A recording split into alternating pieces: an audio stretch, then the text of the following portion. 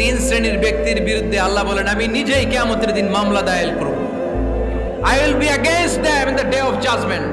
Three categories of people I will be against them in the day of judgment. তিন শ্রেণীর লোক কিয়ামতের দিন তারা ছাড় পাবে না।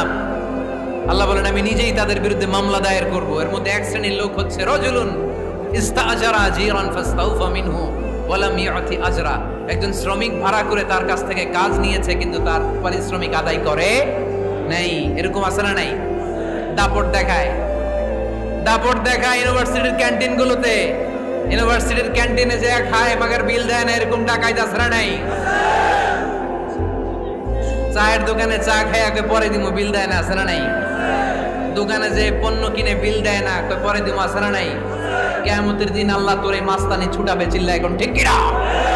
আনা খাসমুহুম, আমি নিজেই তাদের বিরুদ্ধে মামলা দায়ের করব। কথাটা কার? এজন্য